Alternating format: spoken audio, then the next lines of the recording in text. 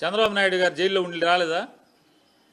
నేరం చేసి సాక్షాత్తు బీజేపీ పార్టీకి సంబంధించినటువంటి గొప్ప నాయకురాలు సుష్మా స్వరాజ్ గారు పార్లమెంట్లో మాట్లాడారు. ఏమని మాట్లాడారు? అరే దిక్కుమాలిన కాంగ్రెస్ వాళ్ళారా, రాజశేఖర రెడ్డి గారు బతికున్నంతకాలం జగన్మోహన్ రెడ్డి గారు మంచోడా? రాజశేఖర రెడ్డి గారు చనిపోయి మీకు ఎదురు చెప్తే, జగన్మోహన్ రెడ్డి మీకు ఎదురు తిరిగితే, మీకు బానిసలాగానే బతకనని చెప్పి ఎదురు తిరిగితే జగన్మోహన్ రెడ్డి నేరస్తుడయ్యాడా అని భారతీయ జనతా పార్టీకి సంబంధించినటువంటి సుష్మా స్వరాజ్ గారు, మీకులాగా రంగులు మార్చే పువ్వు కాదు ఆవిడ, నికార్సైన పువ్వు, నికార్సైన కమలం ఆవిడ. మరి ఆవిడ ఏం చెప్పింది పార్లమెంట్లో?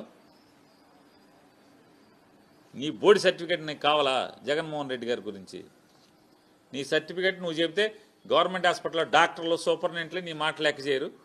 నువ్వు మళ్ళీ నీ సర్టిఫికేట్ ఒకటి మాకు కావాలా? నీ సర్టిఫికేట్ ప్రజలు లెక్క చేస్తారా జగన్మోహన్ రెడ్డి గారికి ఇచ్చేటండి సర్టిఫికేట్ని?